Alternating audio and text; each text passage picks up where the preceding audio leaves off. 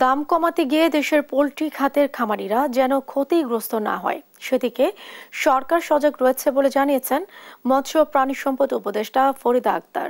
মঙ্গলবার সকালে সাভারে বিসিএস লাইভস্টক একাডেমিতে প্রাণী সম্পদ ও ডেইরি উন্নয়ন প্রকল্পের আওতাধীন নবনির্মিত ডরমেটরি হোয়াইট হল ভবন উদ্বোধনী অনুষ্ঠানে কথা বলেন তিনি।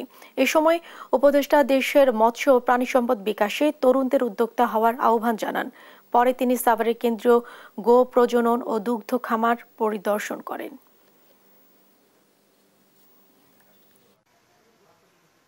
আমরা চাই যে মানে খামারিরা যেন অন্তত তারা এই যে দাম কমার কারণে তারা ক্ষতিগ্রস্ত না হয়, কারণ যখন দাম বাড়ে মিডিয়াও কিন্তু খুব হুলস্থুল লাগিয়ে দেয়, কিন্তু দাম যখন কমে তখন কিন্তু কিছু বলে না। এটা একটা সমস্যা এবং এটা খামারিরা আমাদের কাছে অভিযোগ করেন যে দাম বাড়লে যেন ওদের অপরাধ, আবার দাম কমলে যে ওদের কোনো ক্রেডিট বা এটাও দেওয়া হয়।